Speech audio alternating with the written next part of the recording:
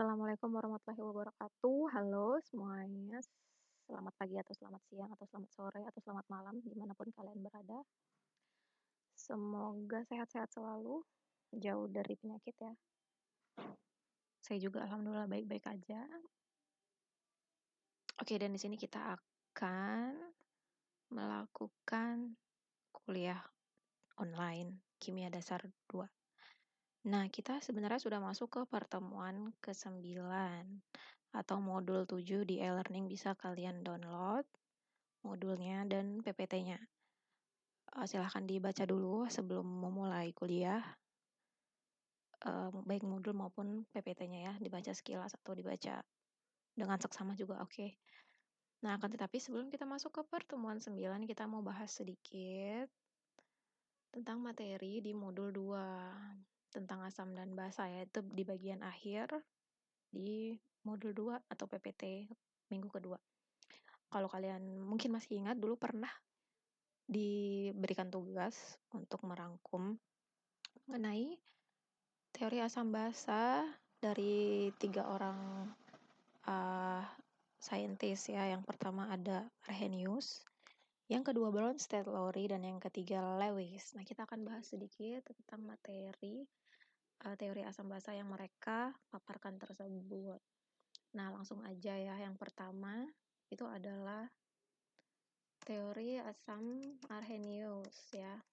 Sorry, itu adalah contoh yang belum saya tulis. Oke, saya hapus dulu sementara. Nah, kalau menurut si Arrhenius, asam adalah zat yang dapat menghasilkan H+ atau H3O+ di dalam air. Nah, ini ya contohnya HCl. HCl itu adalah asam kuat ketika dilarutkan di dalam air. Atau H2O itu akan menghasilkan H3O+ dan Cl-.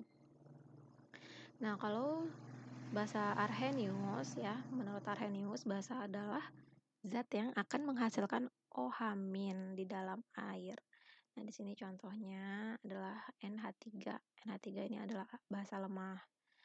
Ketika dicampurkan dengan air, itu ada panah reversibel menghasilkan NH4+ dan OH-. Nah, di sini kuncinya ya, ada OH- berarti dia basa, ada H+ atau H3O+, dia adalah asam. Nah, contoh yang tadi saya hapus, coba kita tulis lagi. Contohnya adalah HL, apabila diionisasi maka dia akan menghasilkan H+ dan F-. Ya, betul ya, kalian kan udah pasti masih ingat caranya. Nah, di sini dia menghasilkan H+, maka dia tergolong sebagai asam. Nah, contoh lain dari basa adalah misalnya basa kuat NaOH. Ketika kita ionisasi dia menjadi Na+ dan OH-. Nah, di sini OH-nya menunjukkan bahwa dia adalah basa. Sejauh ini oke ya, masih gampang. Oke, materi yang kedua tentang teori asam Bronsted-Lowry, asam basa Bronsted-Lowry. Nah, di sini dijelaskan bahwa asam menurut Bronsted adalah donor proton. Nah, dari terminologinya donor itu adalah pemberi ya, memberikan. Dia memberikan proton. Nah, proton itu apa sih? Proton itu adalah H+ ya. Proton adalah H+. Nah, jadi asam menurut Bronsted-Lowry itu dia adalah pemberi H+.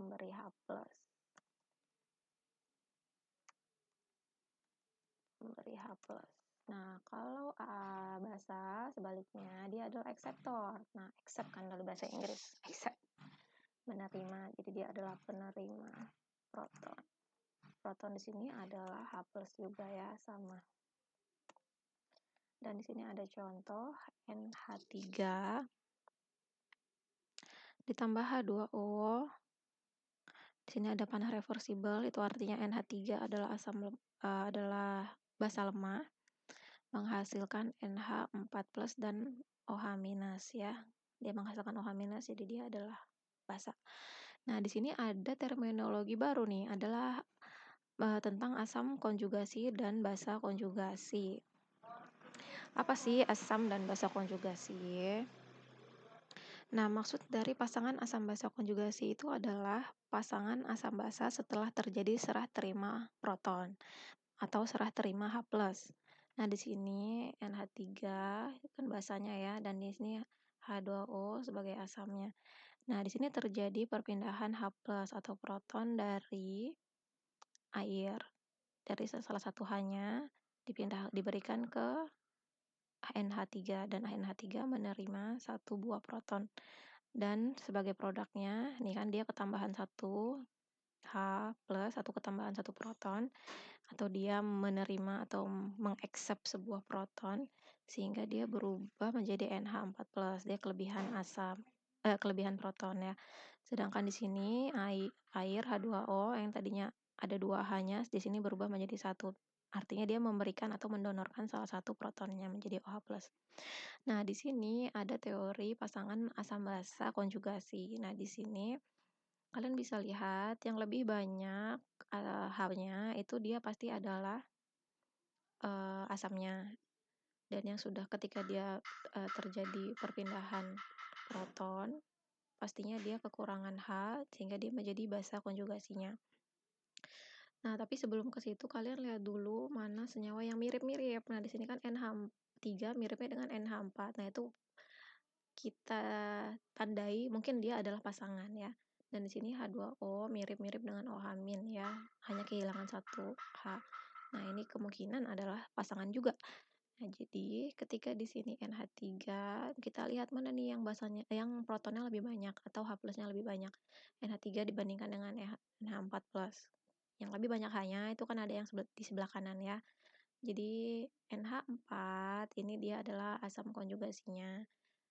Dan NH3 yang di awal itu dia adalah basanya. Nah, selanjutnya untuk H2O dan OH- kalian lihat ya, mana yang H-nya paling banyak. Nah, H2O kan yang paling banyak, jadi H2O di sini adalah asamnya.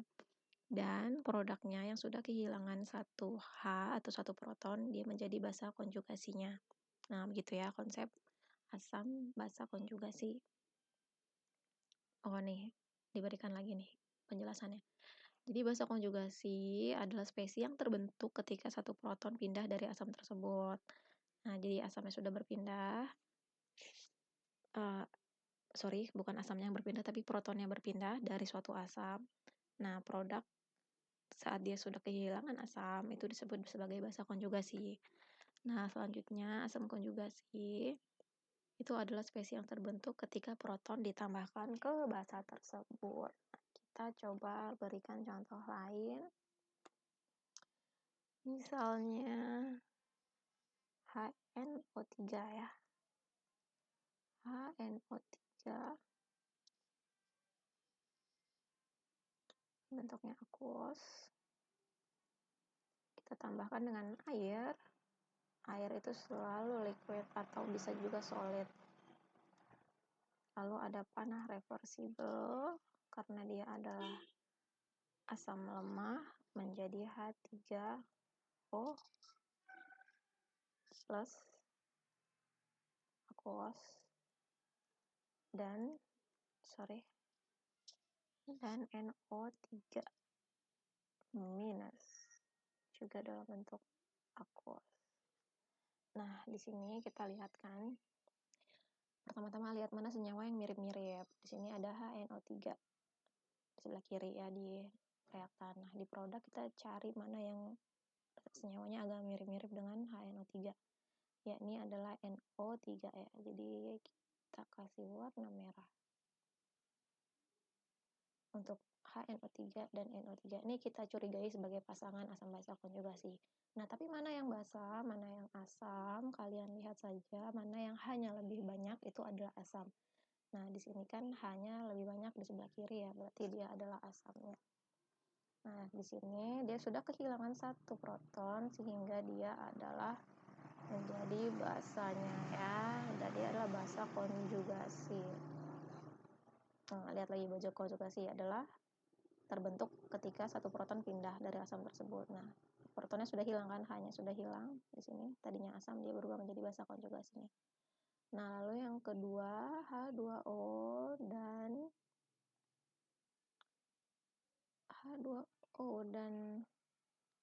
H3O+. Nah, di sini semuanya hampir mirip ya. Kalian cek mana yang merupakan asam dan basa itu berdasarkan jumlah jumlah H-nya ya. Nah, di sini kan di bagian produk H-nya lebih banyak, dia jumlahnya ada 3. Berarti di sini sebelah kanan dia adalah asam konjugasinya. Dan yang sebelah kiri itu adalah basanya. Oke, sampai sini semoga kalian paham ya. Nah, ini selalu bentuknya begini ya, asam dan basa sebelah kiri dan konjugasinya ada di sebelah kanan. Nah, ini bisa kalian kerjakan HF, H2SO4 kerjakan mandiri saja tapi tidak usah dikumpulkan. Nah, lalu di sini ada pasangan-pasangan konjugasi katanya. Ayo kita cek. Coba kita lihat reaksi nomor 6. HPO42-, sebelah kiri, coba cari di sebelah kanan senyawa yang hampir mirip. Yakni, ya benar ya ini ya, PO43-. Nah, kita curigai mereka berdua ini adalah pasangan. Nah, tapi mana yang basa, mana yang asam? Kalian lihat lagi dan perhatikan jumlah H-nya. Di kiri jumlah H-nya lebih banyak. Berarti dia adalah asam. Di mana saya bisa nulis ya?